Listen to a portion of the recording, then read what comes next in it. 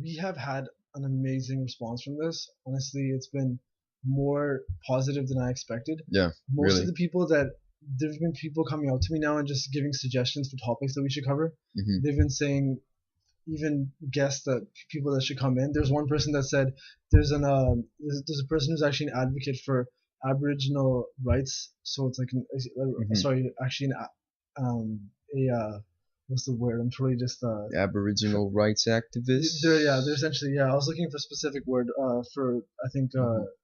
the area here. However, but that individual is somebody who I would never have met, Hmm. and I would never have necessarily. I can't count on the fact that I would have any interaction with them at all. But through this, people are just pitching Hmm. that they want like this individual to come in, and that's actually a major topic that in high school. I don't know if you can attest to this, but I used to get a little bit annoyed by like the constant material. I don't know if annoyed is the correct word, because I was actually annoyed at the time. Like it does sound a little bit close-minded to me now saying that word, but at the time I was annoyed, and that was the general vibe.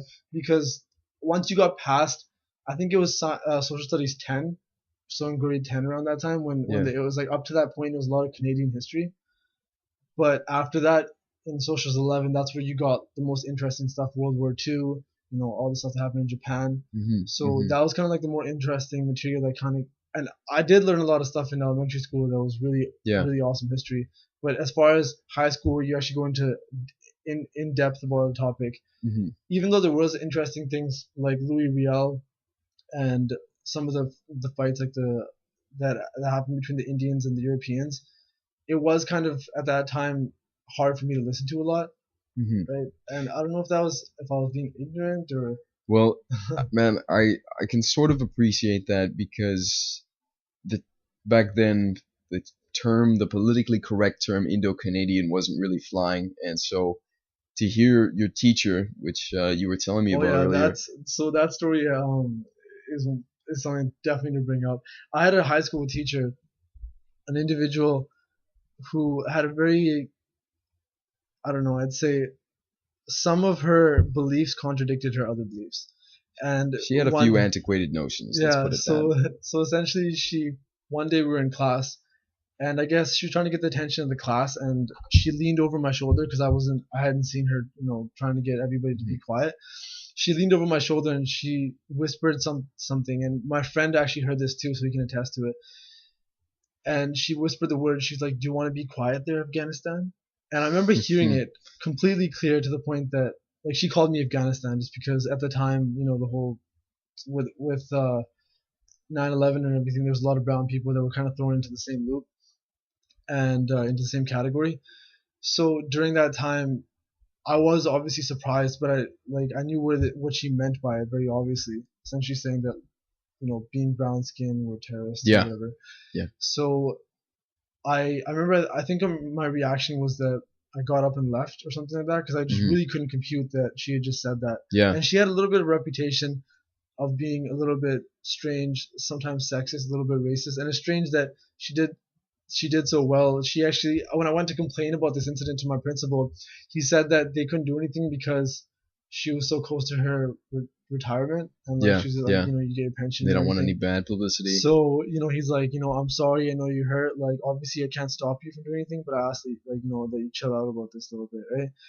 So that was strange. Obviously, generally speaking, British Columbia is really good for the fact that pretty we're a pretty good mosaic of different cultures. Hmm. That's actually a lot of the times what BC is called, like the mosaic of cultures. And but you do have these random spots where there is racism, and that was kind of something that I did have to face as a kid. That being said, though, the way that the native Indians were actually treated Hmm. was like so much more vicious. So actually about that teacher, before I go back into the native, that teacher, the reason why I said that she was contradictory in some of her, you know exactly what I'm talking about. She once a year she would have this amazing conference set up where she'd have this Holocaust survivor, Rob, his name is Robbie Wiseman, and he used to come in every year, talk about his experiences, and it was a very moving speech he would give every year. Hmm. Something that everybody went away from saying like Yeah, I really was happy that I had a chance to listen to this yeah. guy speak. like just to hear his experience with his family, seeing loved ones like dying in front of his eyes. Because I think I've heard about this guy, and he was he was stood up in the line where one of the officers would go down and say you and you, Yeah, and you get to live. yeah. And he was one of the lucky ones. Wow. And I mean, can you imagine? Yeah, I mean, But sorry, yeah, you were saying? just the fact that in concentration camps, you it was you'd have even the possibility of like you'd be in the showers and you wouldn't know if it was going to be water coming out or if it was going to be gas. Every time they stepped in the showers, they had this complete silence, and that's something that we read these books. I don't know if I mentioned Tell No One Who You Are and the Diary of Anne Frank, two kind of very parallel books. They talked about two young girls' perspectives of the war, and Tell No One Who You Are is definitely probably one that's a little bit underrated. Yeah. But it was part of our education system. There's a lot of staple books like fiction. You have like The Outsiders and these. I think there's a Fahrenheit one in the States that was banned. But like you have these books that a lot of people read. For us, it was Tell No One Who You Are. It was about the solidarity movement in I believe it was based out of Belgium.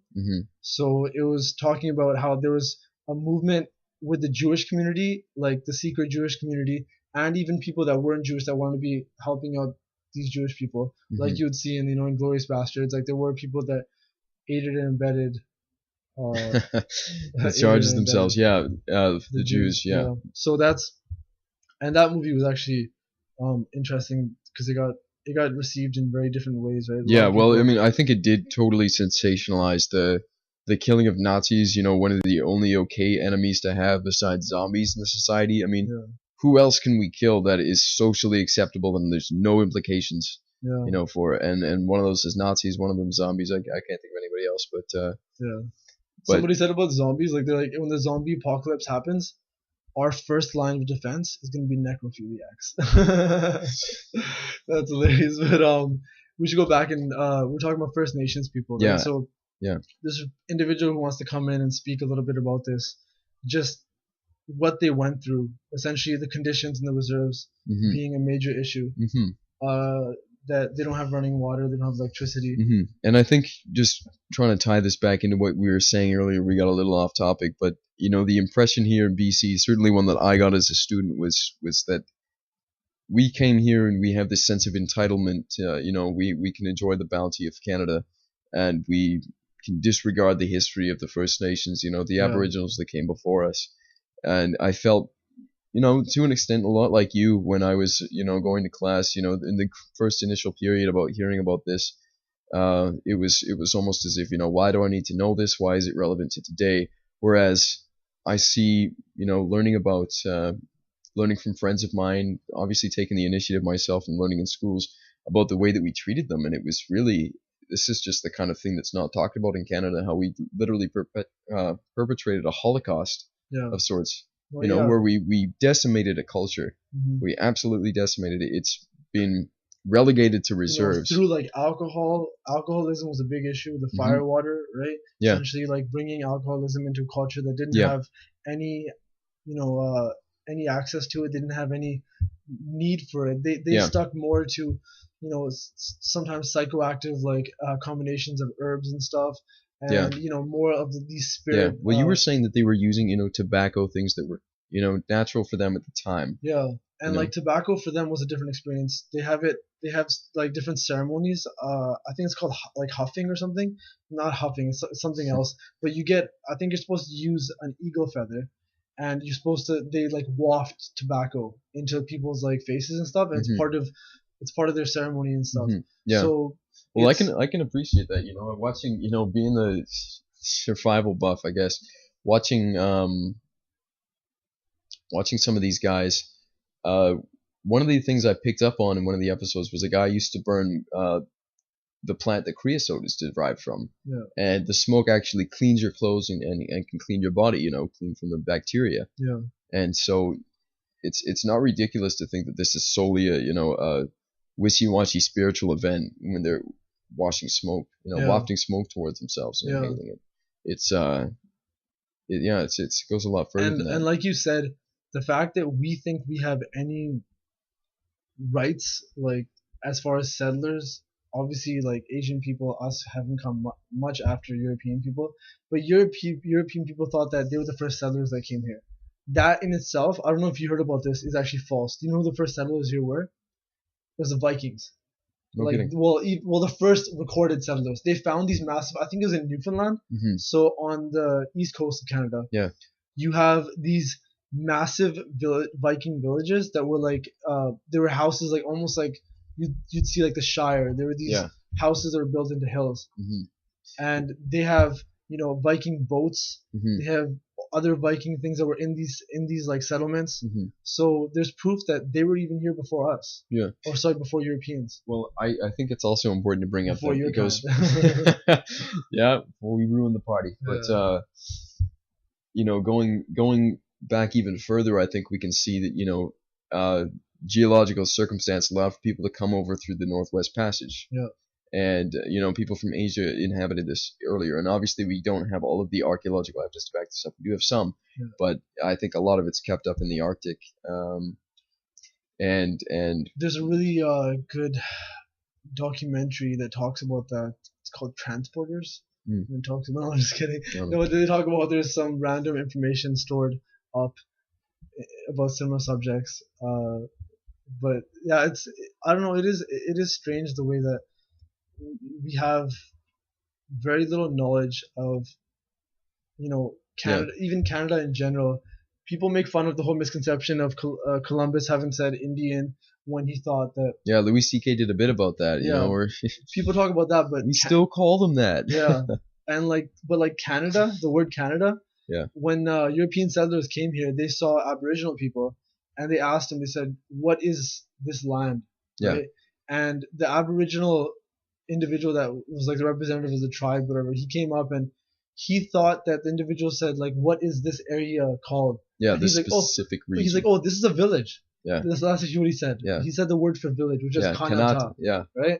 Kanata, and they're like, "Oh, Kanata, Canada," right? Yeah. Same thing happened down in Australia when the Europeans came down and wanted to settle down there. They looked at some of the giant mice, the kangaroos, and they went, what do you call these things? And the Aboriginals, having no understanding of English, went kangaroo, which means like, what are you saying? Yeah.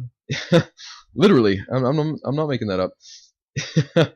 But I think going back, the point we're trying to make is that despite everything, we still felt that as kids, like we didn't have to learn this, and obviously that's changed now. Yeah. But there's still a lingering sentiment of kind of animosity between folks that think like, well, okay, we've paid the restitution now, we've given them schools, we set them, like, they have their own laws up in their reserves, and but the conditions are so bad. The conditions are bad, but more than that, I think the culture has been. We force them to try to assimilate with us essentially, or to remain as they are, and then people get upset when they don't take advantage of the opportunities provided to them, and that's I think the wrong stance to take. That's something that in itself is a lack of taking responsibility for what we did as a result of having brought all those diseases and having brought alcoholism.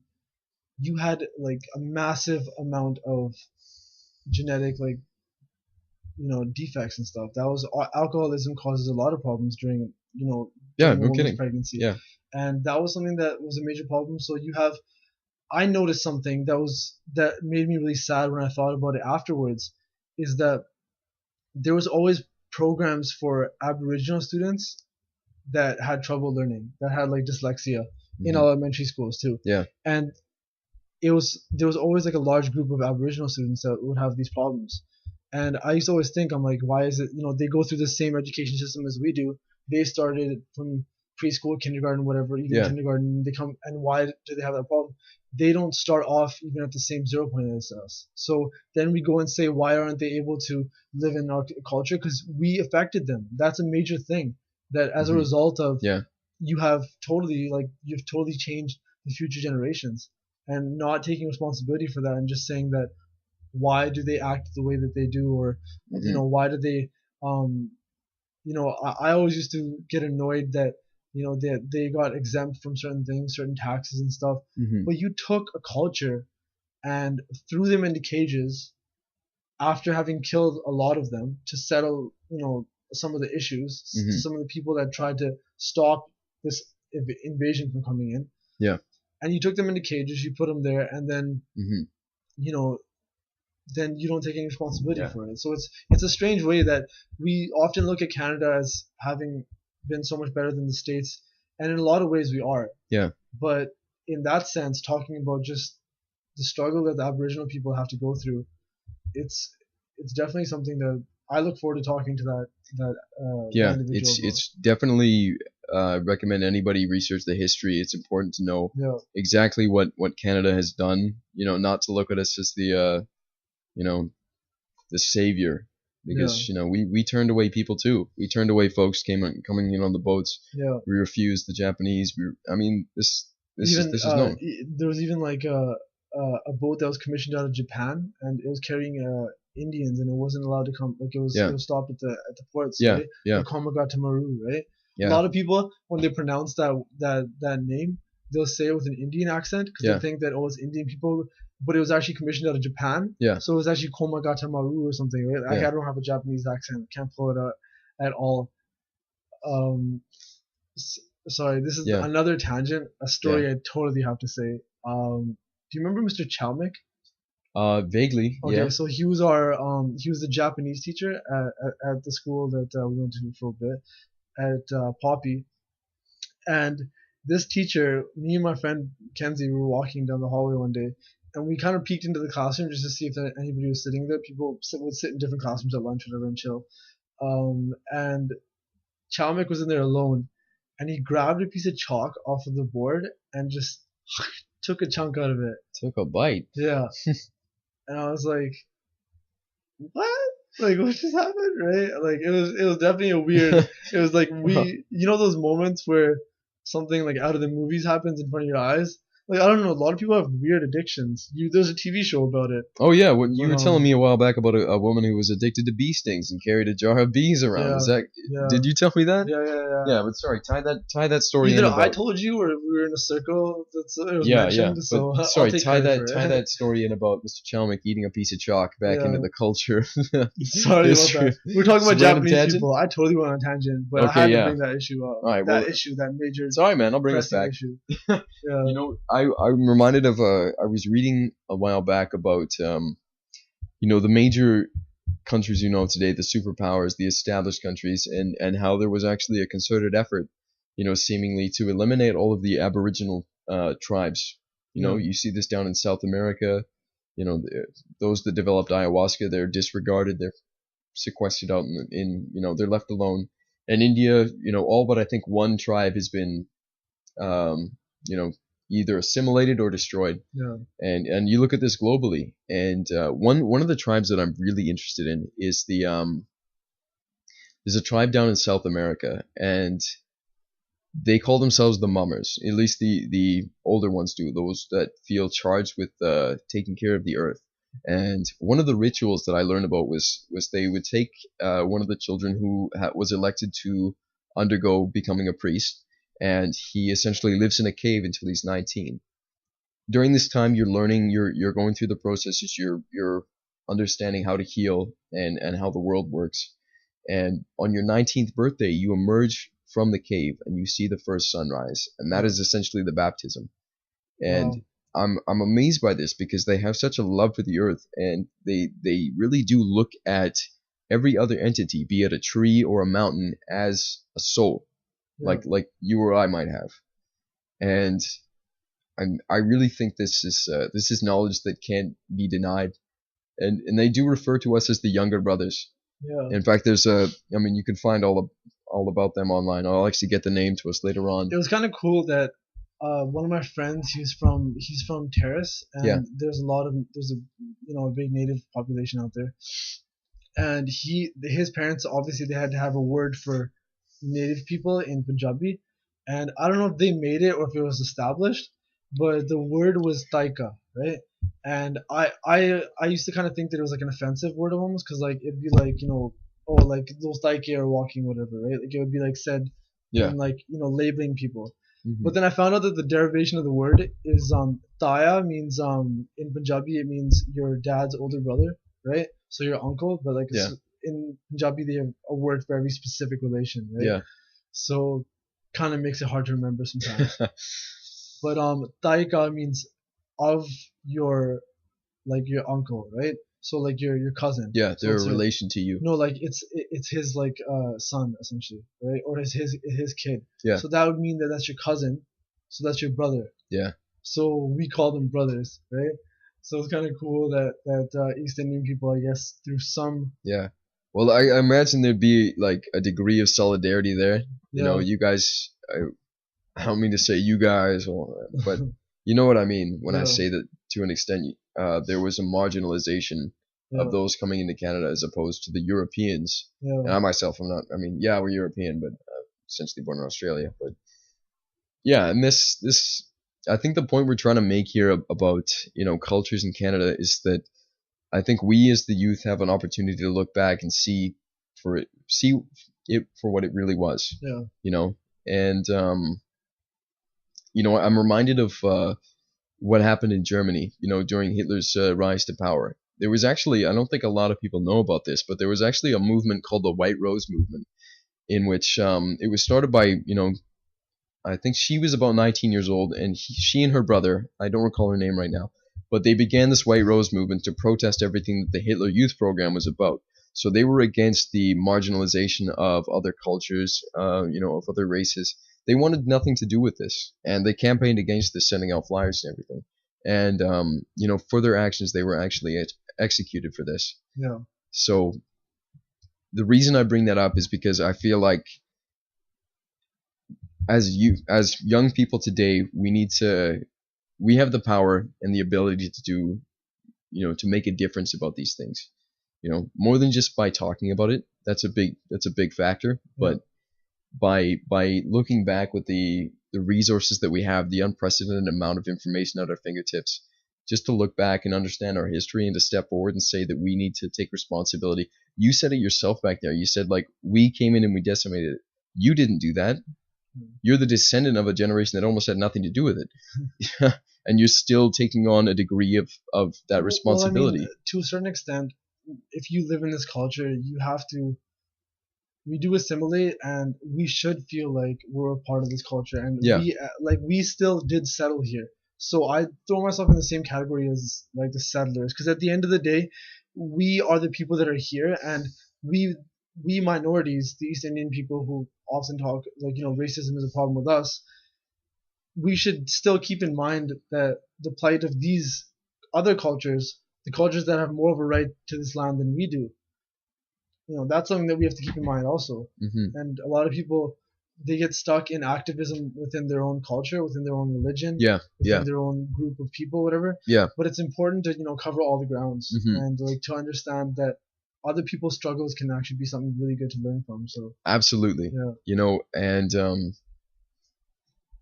I've been thinking for a long time about this, and you can read about, Carl Sagan's work. He does point this out, but we are star stuff, and I think it's important to go down to the very basic, the most foundational elements of information that we have about ourselves, yeah, and to build from there. And that simple fact is that we are made of the same stuff. We all come from the same place. We're all made of the same stuff, and we're all here on the same planet. We're essentially the same thing. And I do really enjoy like the Hindu perspective, the Hindu religious perspective, in that we're all masks of God. yeah, Always saying, hey, what's up, from another perspective. yeah. And you can literally prove that I'm you and you are me. Physiologically, just through I am the. you and you are me. We're But getting the I Beatles mean, stuff right now. yeah, sure, we'll Yeah. dip into that. But I mean, if you get down to the There's actually science quantum that, physical level, yeah, and like there's no difference between the electrons in my skin and the electrons in the air around it. yeah, and There's no there's actually a difference. study that they found, and you can look it up. It's actually was published in a journal, and they basically show that they believe that they isolated where they think that the soul is in the mind. And there's a bunch of different scientists who actually came together to make this study actually come to fruition.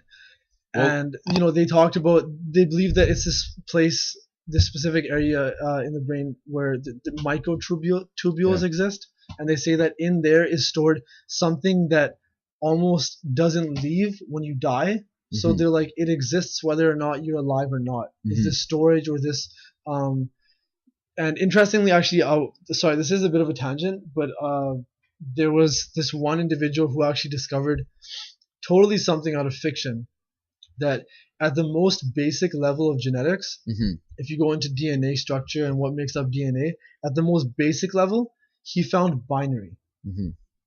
Like literally, he was doing a presentation in front of a large audience of individuals that were, obviously masters at their The craft. fields, Yeah. and he pitched this, and they saw these numbers. So they saw that the bottom branching of it Yeah. had zeros and ones, and they're like, "What is that?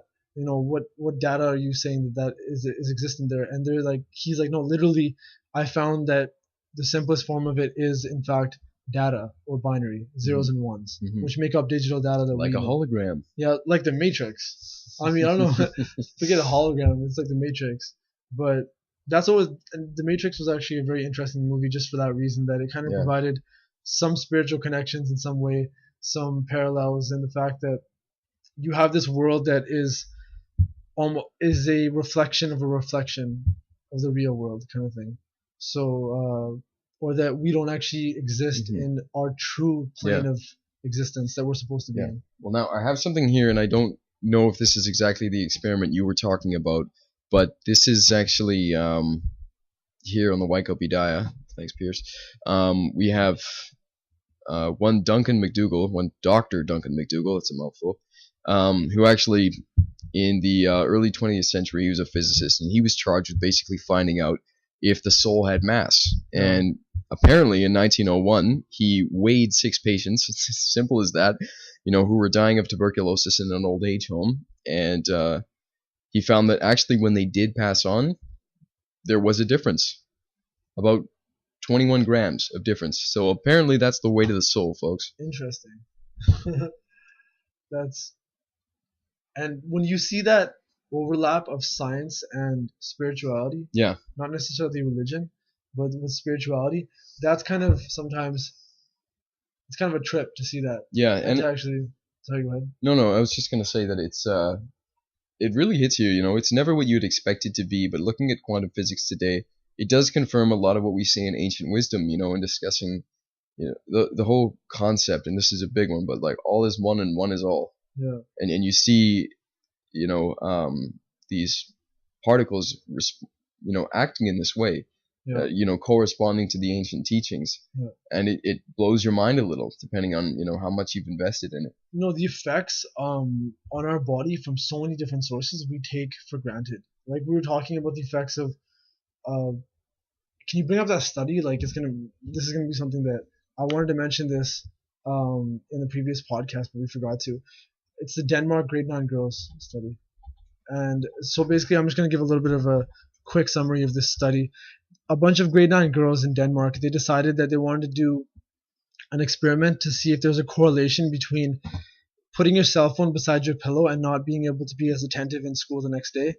So they made up this study and followed the scientific method to the T. Yeah, sorry, by the way, I've got the picture up here. Yeah. This is a picture of the chia seeds planted, and the top half is that was growing without exposure to Wi-Fi, and the bottom was exposure to Wi-Fi. Yeah, so they were gonna do cell phones, and they did cell phones, and they also did Wi-Fi. Yeah. So for that, what they did was, for the control, they had the seeds in a room that had no Wi-Fi, and then they had, they had one room that had a Wi-Fi router actually sitting inside of it. Yeah. So that's something that a lot of people do because you want to have good speeds for smartphones, anything that you're using that requires Wi-Fi. Yeah. So people will put their their internet connection as close to them as they can. Mm-hmm. So these people, they did the test, and the results were so blatantly obvious. Like they didn't expect it to be that obvious. And I think they won an award or something. It may say. Yeah. No, it does say that they were recognized for their experiment. Yeah, because the results were so clear, and that one is not the cell phone ones, it's the Wi-Fi test, right? Yeah. In the difference between the seeds. Mm-hmm. So But this kind of goes into what we were talking about earlier about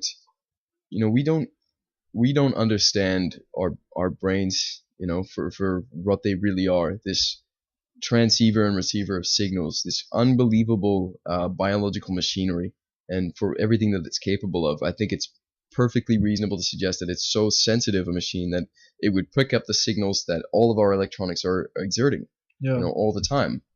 And because this is such an unprecedented time with all the technology that we have, and if that's something we say a lot, um, we've never had a frame of reference for how the body responds to Yeah, receiving all and of this stuff. that's with reference to a lot of things that people take for granted. Yeah, yeah, Headphones being a major thing. My brother, he's in occupational health and safety, yeah. so he's really aware of the problems that people run into, occupational hazards or otherwise, day-to-day basis. Hmm. And one thing that he stressed to me, a really good test for your headphones. So these earbuds here. Yeah. Um, so if you want to see the damaging volume that you like, so essentially the volume that you should keep your headphones at, so that anything beyond that will actually be damaging your ears, and there will be some like residual damage to your ears.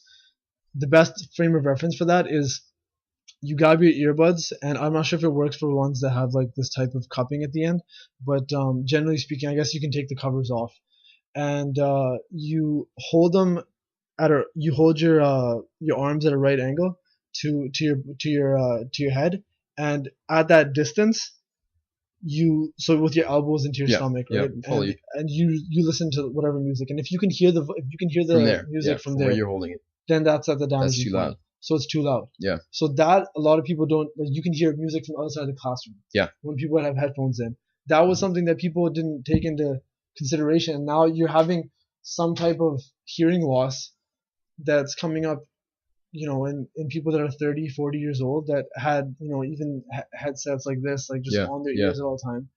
And now with these specific type of headphones that penetrate your ear so much that you have direct, almost like very close contact to your eardrum, it's even more dangerous because you hmm put volume that loud. It's sometimes, I remember when we used to have like Dr. Dre's, and I would crank them so loud hmm that it would be like stepping out of like a rock concert. You'd have like a buzzing.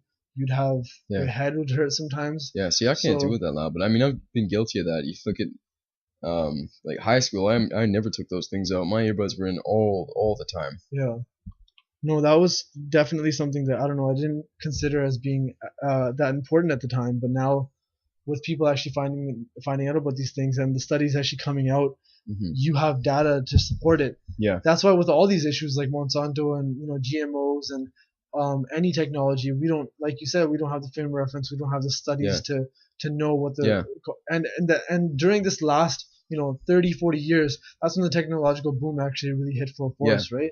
Not to say that there wasn't like the industrial revolution and stuff before, but as far as these, essentially just having some type of waves in the air at all times, hmm that came about fairly recently. yeah, So yeah. And I think this is a good point that we can address the misconception that I feel needs some attention. The idea that professionals are going about doing this job. You hear commercials like it's been clinically approved, and dietitians or pediatricians recommend this. These professionals believe and trust in their opinion.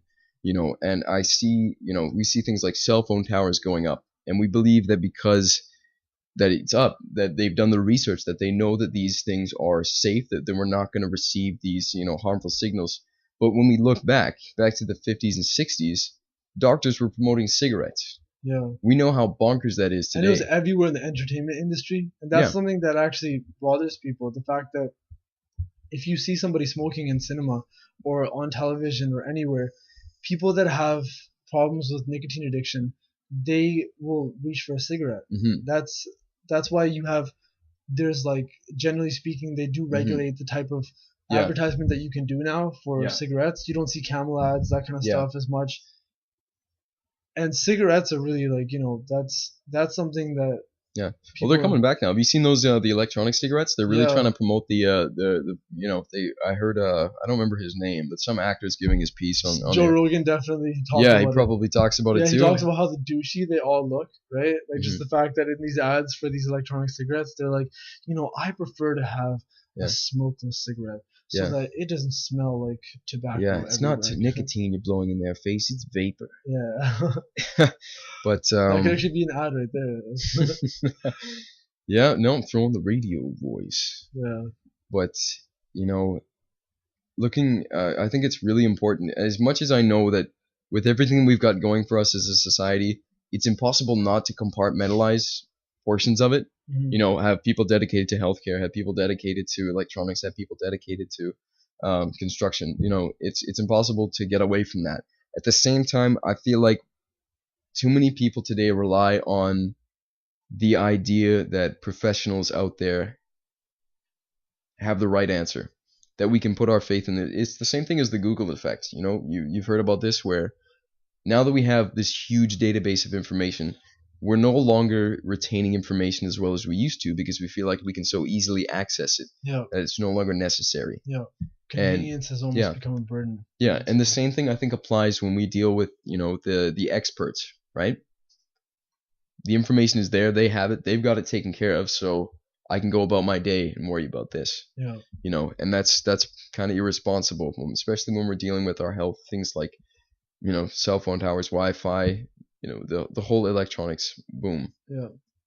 No, that's definitely something to consider. So I don't know. I think people should do more research into, especially if you're a parent, is something to consider. Like Ricky always brings these things up because he's passionate about them. Hmm. Well, yeah, having kids, I can imagine. Yeah, so like that's something that parents should really look into as far as you have to consider that you can't Hmm. have like a router in the same room as Yeah, all these things that you wouldn't otherwise think to be something that you would have to be concerned about. yeah, and this kind of makes me think about. I know that a lot of my friends and I personally, I think every one of us, you have problems with your folks. That's part of growing up, right? We accept that. Um, at the same time, we can't let ourselves be like our parents' psychological legacy. We can't grow up in the same shadow of whatever it is our folks are dealing with. Yeah, As much as they have worldly wisdom, and I love my parents. I love them for everything they've done for me, for all they've provided for me. But at the same time, I know that they don't necessarily have the answers that I need in order to live as a good human being today. yeah, And while they may like they've certainly imparted the moral wisdom in a lot of cases, but in dealing with there's we're unprecedented in dealing with the issues we have. We're becoming a global community now where we're communicating with people across the planet, and we have to keep in mind that being socially relativistic and ignoring the atrocities going on around the world is no longer possible. We're no longer living in the world where all we should do is learn to provide for ourselves and move to that state of comfort yeah, where we can simply live out our lives. That's no longer the case. And we're getting information from a generation that has grown up in just that. They've grown up in struggling to scrape by to gain enough to give their kids a better future. Whereas you and I, we're living in an age now where we have everything provided for us. And that creates the sense of entitlement, that creates the kind of laziness we see, I think. And I think it also creates this the opportunity for us to vastly improve our lives as a whole, globally, because now we have everything taken care of. We don't have to worry about food. That's taken care of. That's in the fridge. We don't have to worry about transportation. A lot of us are literally given cars. yeah, Technology, forget about it. We know all about that. And all we really have to worry about is how we're going to keep the youth culture together. We have to worry about keeping the world together because it mm, looks like that's a bigger problem than, worrying about surviving tomorrow. yeah, When I say surviving, I mean getting food, the little niceties, the creature comforts we get by with. yeah. No, and for that reason, the essentially the whole role of parents is starting to evolve in some way, and that's something that a lot of parents they try to oppose. They say that this is the way our parents raised us, Hmm. so that's the way we're gonna raise our kids. Yeah. Yeah. However, that's not the way that humans work. Like because of as a result of the fact that we are constantly learning, it's important for parents to realize that their knowledge is not the end all know all, right? Yeah. The be That all and that end all. essentially, sorry, the be all, but like essentially, the thing is that they should be able to come to the realization that whatever experiences that they have, whatever Hmm. knowledge that they attain in their life, their duty to be, beyond being like a good caregiver, because Hmm. that's the Yeah. distinction has to be made. Being an actual good parent or a good Yeah. father or a good mother, to do that, it's you impart whatever wisdom, whatever experiences you have from your own life to your kids, Hmm. and allow them to grow beyond that, to Hmm. learn beyond that point. Hmm. So it's like you set you like that's and that's where a lot of parents, they aren't able to do it as a result of Hmm. not having free time, Yeah. as a result Yeah. of not being able to give as much attention to their family as they want, Yeah. because Yeah. but nowadays times are changing, right? Yeah. So it's people are appreciating the importance of family time a Hmm. lot more. And So this is kind of something I can attest to because I moved out from Langley to Abbotsford, and I wanted to basically become independent at that point from my parents. Not for any, I had no bad relations with them. It was simply time for me to fly the coop. yeah, And so I found that once I began living in Abbotsford and working to pay my own way and going to school, I suddenly had no time. I had no time to research what was going on in the world. I had to stop looking up at the BBC and the Al Jazeera, which is a great site. yeah, And I became tunnel vision. I mean, all I could do was really go to school and work. yeah. And who And can blame you though, right? If yeah, you're in that but I mean, and situation. that's and I can totally see why Yeah, parents fall into that, and why everybody that's doesn't have that level of income where they can be comfortable. yeah, You fall into tunnel vision, and they actually do experiments, and they find that people that are given less money, say you have a control group, they're given $600, and then you have the experimental group, and they're given $200, and they're both given identical tasks to complete within an identical time frame. They found that people that had more money made better decisions in the long run than those with less money. These people made poorer decisions with less money. yeah, And that's the only factor is they had less resources, so they made more decisions that pertain to the now, yeah. right now. And that's I can totally understand why a lot of parents feel like it's absolutely imperative to get your kids just prepared for the world that's, jump into the service industry. Don't worry about your job. Don't worry about hating this. You just have to get on with it and do it. Yeah. That's the way it is. And as long as you're healthy, that's fine. I think while that might have worked, It's outdated, it's right? So outdated. Yeah, yeah, it's an antiquated notion. yeah, and that's where you see that I do have optimism in the fact that we as a culture are not, the youth especially being represented in this, we are not as stubborn. Our parents' generations were a little bit more stubborn in the fact that it's like our way or the highway. But now Hmm. because we have so many different cultures influencing our lives, Hmm. you're more open to, people in third world countries. They know what's going on in Europe, and like or a lot of them get obsessed with, like, in India there's a massive obsession um with Hollywood culture and stuff a Hmm. lot. So you'll have Hmm. a lot of people talking about these actors that Yeah. will make trips out there, like Will Smith Hmm. and these guys. Yeah. So there, and that sometimes obviously can Yeah. have a negative effect also. Yeah. Yeah. A lot of the times it has a negative effect when you have people being influenced by that, Hmm. by Western culture. But we take from so many different cultures now that people are actually willing to say that we we're not going to have just one Yeah. mind frame. We're We not may just not have all the answers yeah, ourselves. we don't. Yeah. And to my best way of thinking, it's natural and healthy for a society to have children that are smarter than their parents. I think that's, Yeah, it's a no-brainer in a lot of ways, but yeah. um And well, I mean, yeah, that's yeah, actually going back to the thing about the, we have third world countries you were talking about being, really getting engaged now, involved. I was actually I saw on the news that you heard about this Edward Snowden guy, right? he was the NSA analyst that came out and released the documents about the the surveillance that's been going on.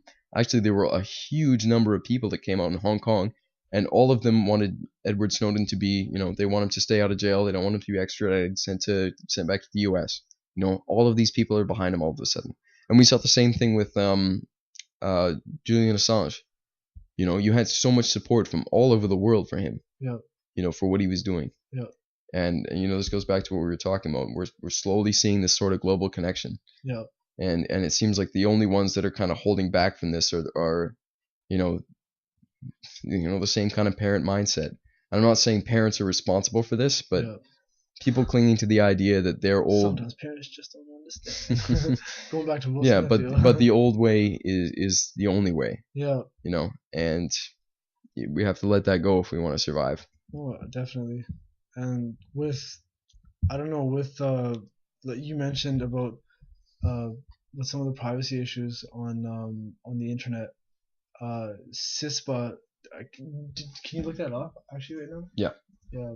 So that's actually a major issue that people have been bringing up a lot, and we should really bring it up too because it's something that people are being more aware of as a result of the actual social media groups that would be affected, like Facebook. People are talking about CISPA and stuff on Facebook. So, however, what does it say for the official description of it? Well, according to the Wikipedia here, the Cyber Intelligence Sharing and Protection Act is proposed law in the United States which would allow for the sharing of internet traffic information between the U.S. government and technology and manufacturing companies. The stated aim of this bill is to help the U.S. government investigate cyber threats and ensure the security of networks against cyber attacks. Now, it's been criticized by a lot of privacy advocates and civil liberties groups. You have the Electronic Frontier Foundation, you have the American Civil Liberties Union, Free Press, Fight for the Future, Avaz.org. List kind of goes on, and these guys, I think, rightly assume that, or not assume, but believe that it is too limited in its sorry, let me just rephrase that. Contains too few limits on how and when the government may monitor a private individual's internet browsing information. So it's just kind of anything goes, and at the same time they fear that such new powers could be used to spy on the general public rather than pursue malicious hackers. And just the way the bill is held together, if you look up the whole thing, there's just way too much in it for us to actually discuss right now. Yeah. You could see that it's I hate the general idea though is that they can't spy on everything that we do. They can't review all the information that is presented to them, all the phone calls and everything. But the statement that they try to make is that if need be, if there's a need for us that for your protection, right? That's what they always try to use. But if need be, we should have the ability to access the information. Yeah. And that's kind of like where the foundation of this whole bill kind of goes behind. And generally speaking, I don't know, the daunting idea behind it is that, do you remember when Facebook was originally around, you'd have, every time you tried adding any new application, you'd have to check that box that said, I agree to give this application my information, my wall, and all that stuff. So I think that's gone now, I guess, or sometimes it's, for certain apps, it's still there. Yeah. But I remember in the beginning, that seemed ridiculous to me. And that seemed ridiculous to everybody. People would ask questions like, why is that there? Yeah. Like, why do we always have to do that for every app? People wouldn't even sign up for apps because they didn't want to do that. So back then, you couldn't have passed a law like this. What makes me kind of tripped out by it is, why do they think that people are so different now? Like, what conditioning has happened that much amount of time that they feel that they're comfortable to present this to the public? Yeah. And well, I mean, there was the results were published recently from the Pew Center for this Association of the Press and the People, and their results for polling the public on how they felt about the NSA surveillance program was that 56, and I think this is doctored. I don't think these are actually the results, but they found that 56% of people in the U.S. were in favor of it, as opposed to 41% who said it was unacceptable. The other marginal group, doesn't think one way or the other. Yeah. But I think that nothing has really changed. A lot of people kind of assumed from the beginning that, the internet's here, everything on it's going to be free. You should really just develop your own initiative and your own level of responsibility so that you're not posting information that could come back and bite you. Yeah. You should, it's going to be out there, so let it be free. That seemed like a no-brainer at the time. Look carefully though at the individuals trying to propose this legislation, and like they do say, I think the criticisms do land quite heavily on the fact that it does favor far more the surveillance perspective than it does protecting privacy. Yeah. It's far better at doing that than it is actually at preventing these sort of little breaches, Yeah. the ones that they say they're afraid of. Yeah, but essentially, they are scared of these groups that do hacking, like Anonymous and stuff. Did you hear about? And rightly so. And because these are the people that are actually giving the knowledge to the public about CISPA and a lot of things, right? They're telling people that you got to stand up against. There's a lot of videos. Yeah. I think Anonymous released some stuff about this too, but there's something that I came across a couple of days ago. Basically, there's an article, and it talks about, this is something that happened with the whole Ohio rape. Did you hear about this? There was yeah, I heard about it. Yeah, so this individual that actually released information, he hacked into the people that had made the videos, and he released it to the public to essentially get those people for justice. Mm-hmm. That hacker, it says, the headline here is alleged anonymous hacker raided by FBI after exposing Ohio rape scandal, right? So that just shows you, when it comes to anybody, it doesn't matter if you're doing good or bad. Mm-hmm. If you give them the notion that you're out there and you're able to access information, right, whatever information, yeah, they immediately label you as a threat. Mm-hmm. And they went into this guy's house. They describe it as FBI people with shotguns, and essentially a SWAT team came in. Mm-hmm. They took all the electronic, they took his laptops, they took cell phones. Yeah, they even took his brother's Xbox or something. So anything that can store data or can be Mm-hmm. used to access a network. They covered all bases, and they just they went out. I'm not sure if they're pursuing. I think there is somebody who's gonna represent him for free or something I heard about. Mm-hmm. But that shows you that they don't want even people to know that that you can access information like this, right? Mm-hmm. And they want to discourage. They try to make clear representations of what happens if you decide to hack into stuff. If you decide to Mm-hmm. go and expose, what they're doing with WikiLeaks is another prime example. Even though WikiLeaks is not even, they don't even go out and do the hacking themselves. It's just they're just the platform on which whistleblowers can present their information. Yeah. And certainly there are a lot of examples throughout history of times when governments or kings would see dissent rising in the ranks. They'd see suddenly that the serfs now had information, and anyone who would go and proselytize or spread the message. We know about the Magna Carta, and individuals who came out initially, they were made an example of. Yeah. And that's just a psychological deterrent. Mm-hmm. More than anything. We're seeing that in Istanbul now. It was uncalled for the president to take the response that he did. Yeah. I mean, from my personal stance, it seemed like it was unnecessary to send that many police, and with the intention of affecting it with that much force. Yeah. Against what? Against prohibition? Yeah. I mean, they weren't solely fueled by the fact that alcohol was potentially no longer going to be around. No, it's the fact that their rights are being infringed. Exactly. If you have somebody literally being put in a corner, the people should stand up, right? Yeah. Nobody puts baby in a corner. Is that from Pulp Fiction? No. I don't remember who was in it. I honestly, most of the references that I know of are also veiled references Dirty themselves. Dancing? I feel like it's Dirty Dancing. Yeah, it sounds about right. Let somebody can correct us on that. Yeah. But yeah, we can kind of switching topics here. Let's go to a little bit something that's a little bit lighter. Yeah, we are the Good News Podcast. Yeah, After all, and we're really. I'm just completely we're not really living up to that right now. But what's happened? I don't know if you've heard about this. There's been a lot. I'm excited personally. I was really interested in a lot of ancient cultures back in elementary school. Yeah. And one of my things that I was always curious about, I saw the correlation between some of the stories of Jesus Christ and Horus, the sun god of Egypt, and seeing that Mhm. kind of stuff. Obviously, Zeitgeist came after and gave a little bit more information Mhm. to be taken with a grain of salt, I guess. But I was always interested in Egyptian cultures and specifically archaeology in Egypt. It's always finding amazing things. And this specifically for me was something that I told a lot of my friends about it. I probably told you about it a few times. But there was this American student, and she wasn't really that well qualified. She basically went. She was in Egypt and with a bunch of crews Yeah. doing some archaeological finds, Mhm. and she said, if the United States has so many satellites, Mhm. why don't we point one of them at Egypt? And if one of those satellites, and she knew that there was a lot of satellites that were in fact infrared. And Yeah. she said if one of those would happen to be infrared, you can use that to get a better idea of what's underneath the sand.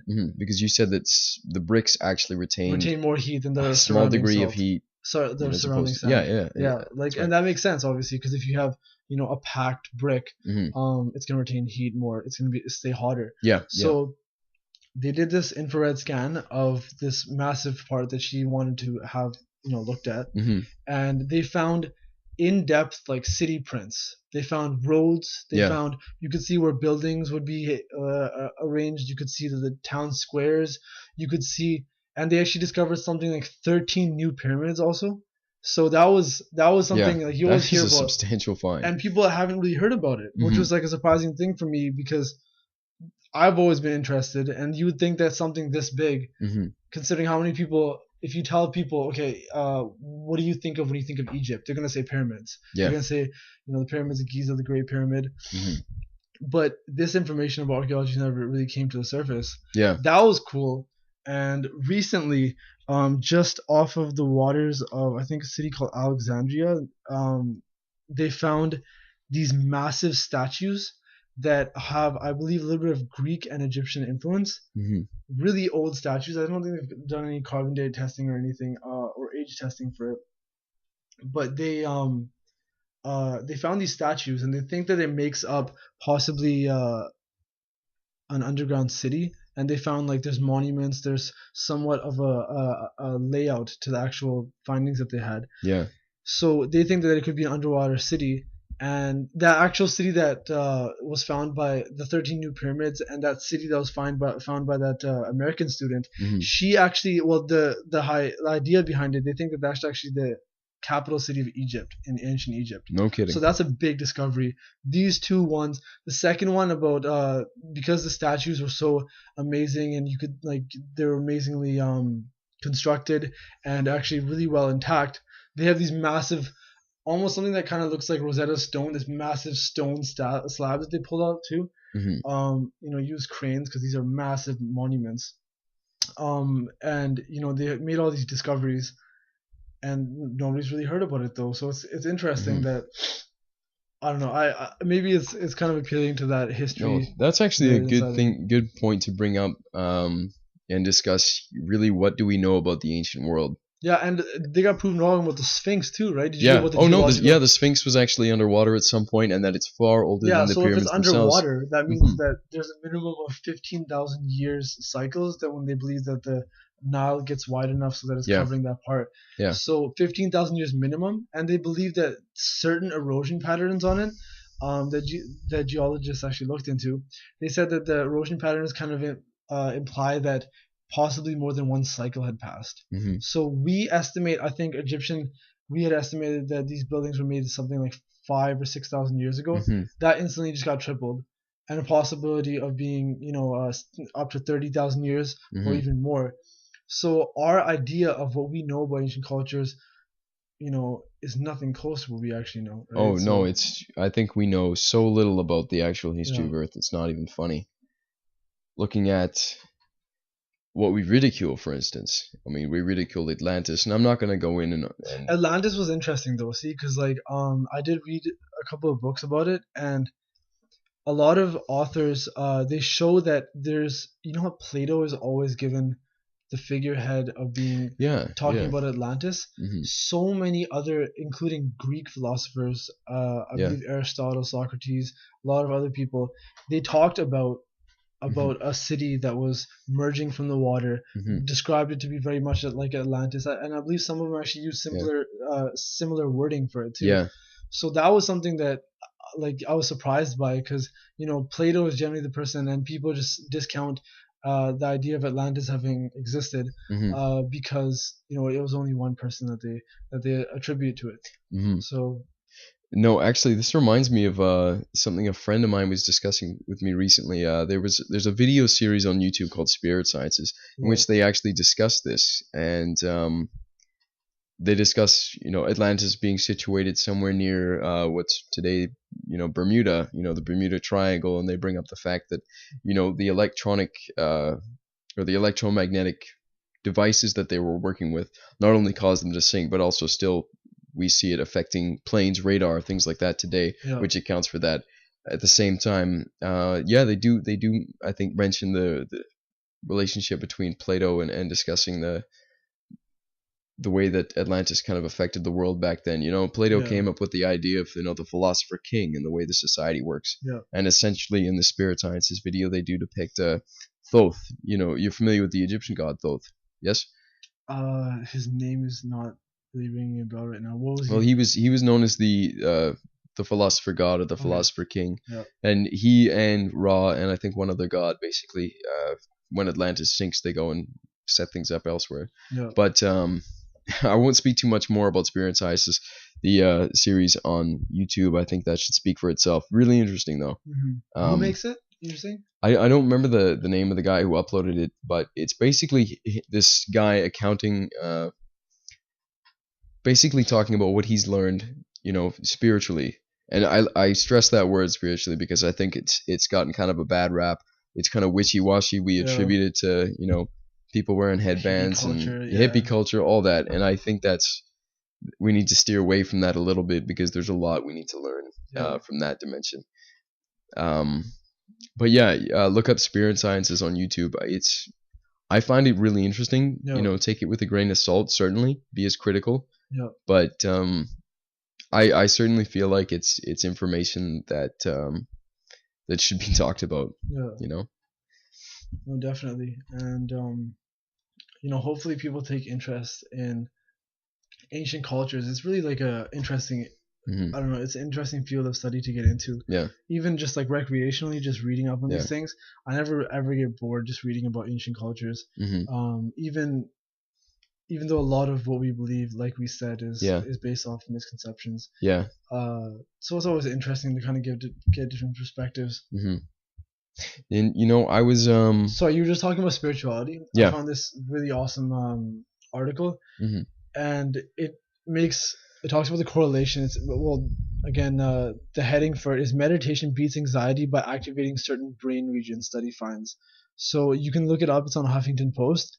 That's something like you see that people are actually looking into very different approaches to science. There's always that distinction people have made between science and religion. With the original distinction being made by the church and like that being exercised, and even the scientific community to a certain extent, they started opposing any religious or spiritual influence.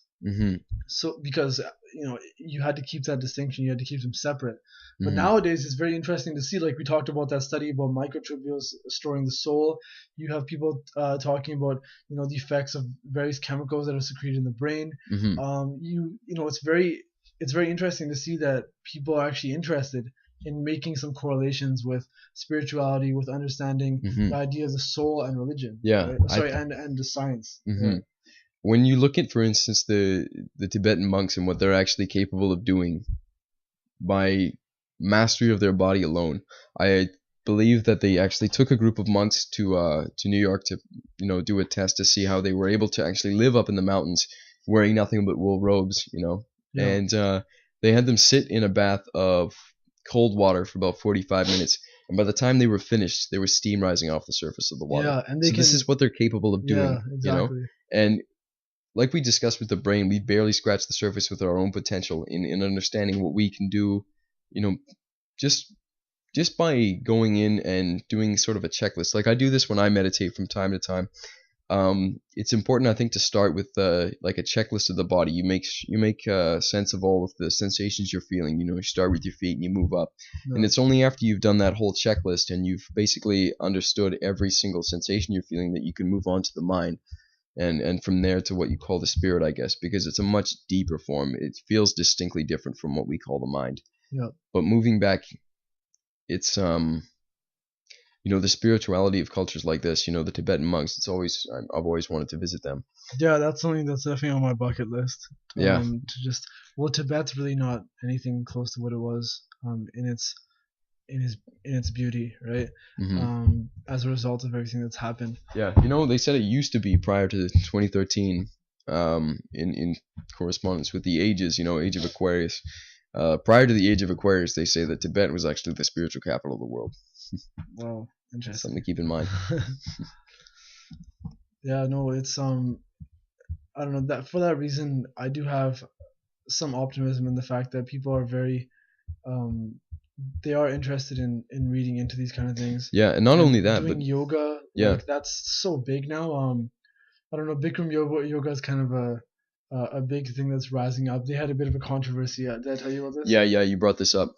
So I don't know. Apparently, I think his name is Bikram Chaudhary or something. The individual who started Bikram yoga.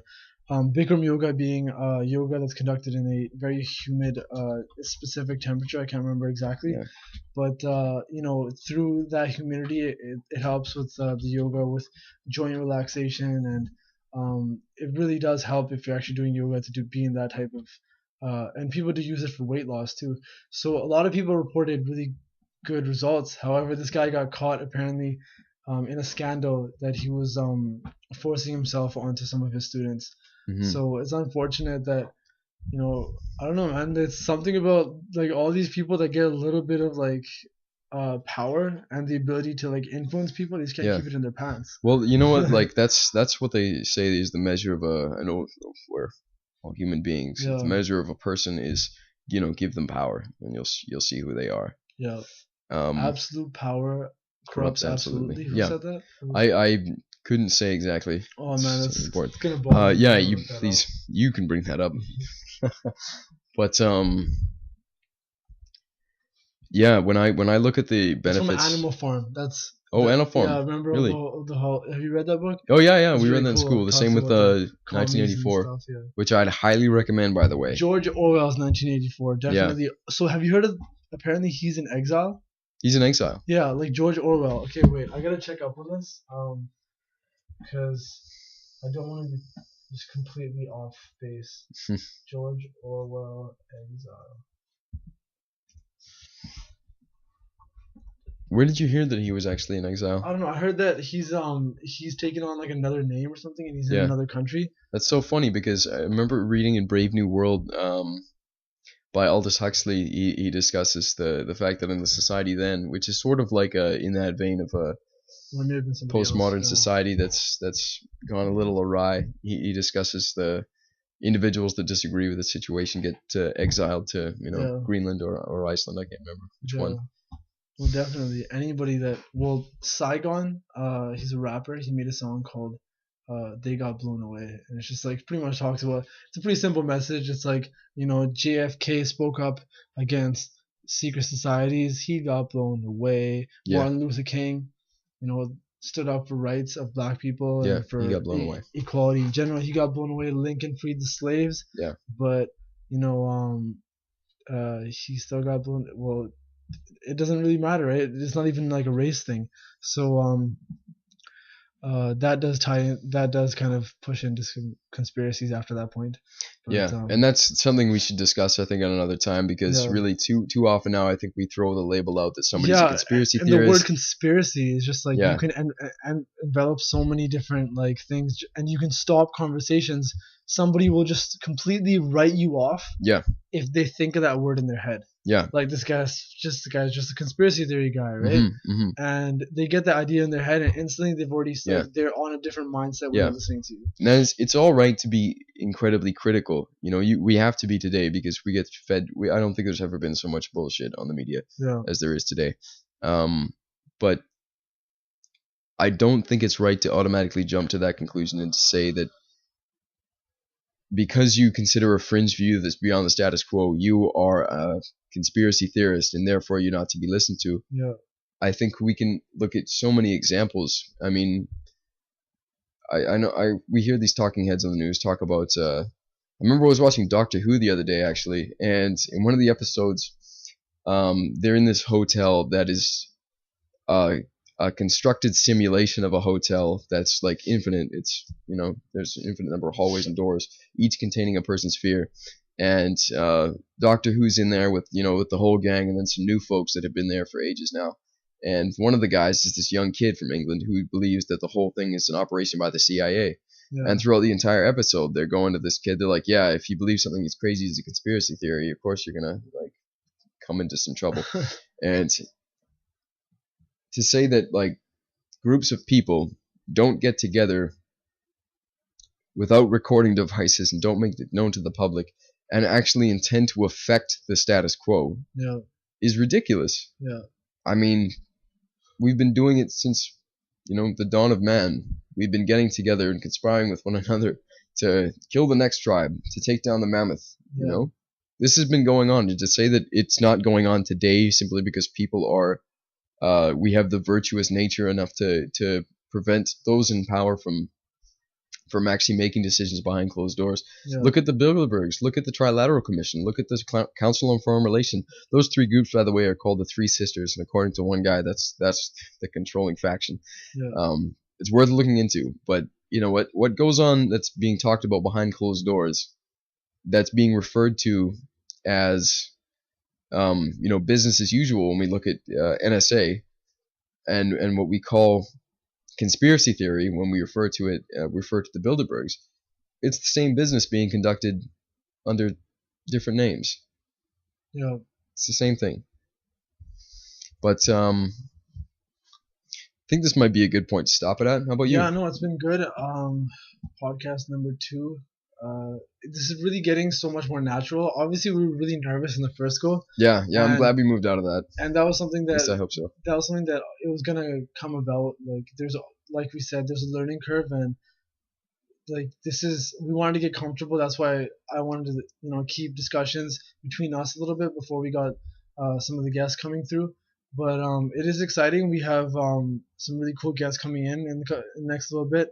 We have like I mentioned, Gary Mangat will be coming this week. Mm-hmm. He's in town right now, like I had said earlier, from coming out of a fight in Penticton. Yeah, for those of you who don't know, he's a MMA fighter. He's been doing this for some time now.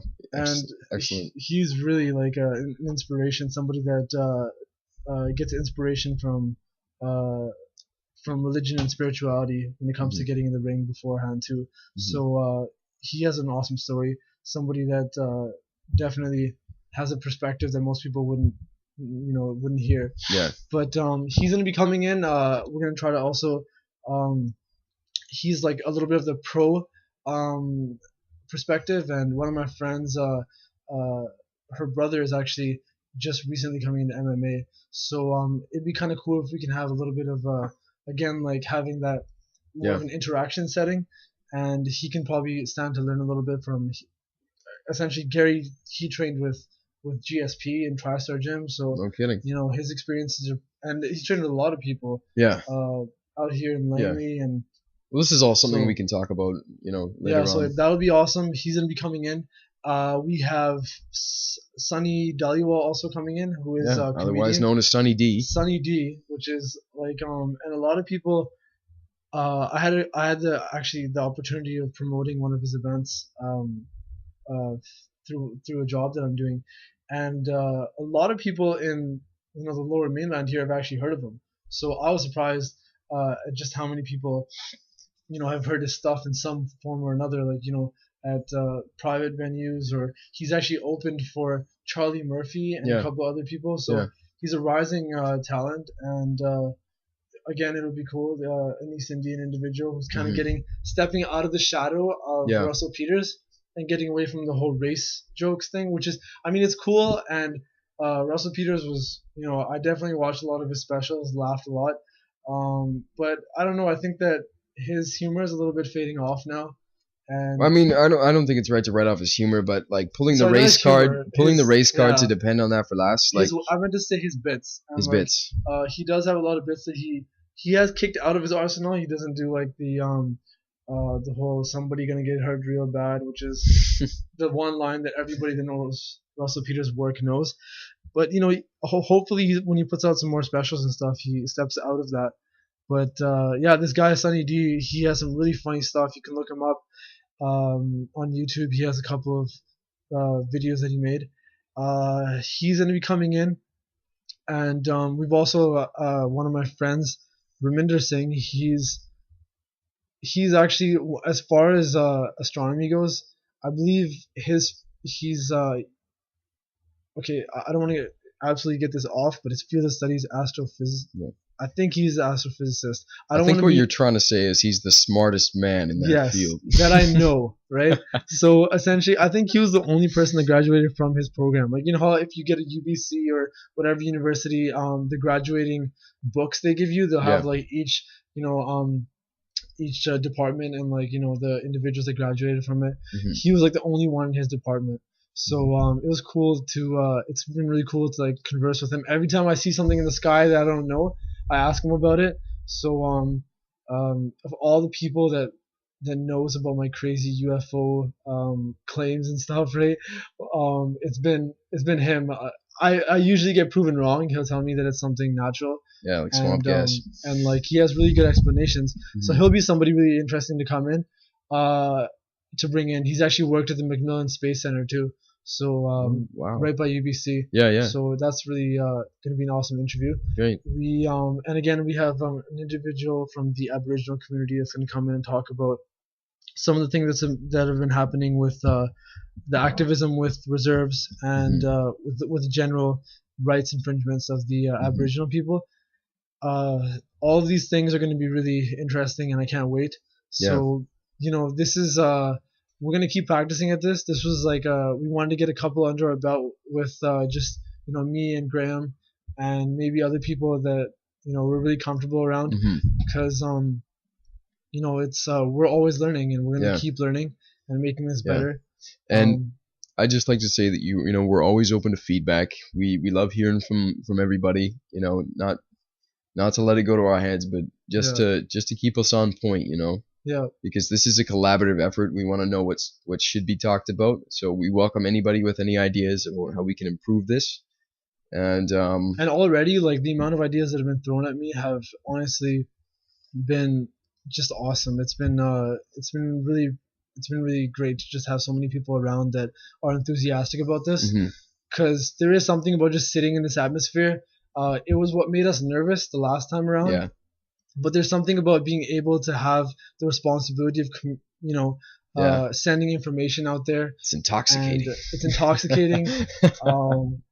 That was pretty creepy, but it is really cool. So hopefully we keep going at this, and it keeps building steam, and we look forward to putting more out. Yeah. Thanks again for tuning in, and yeah.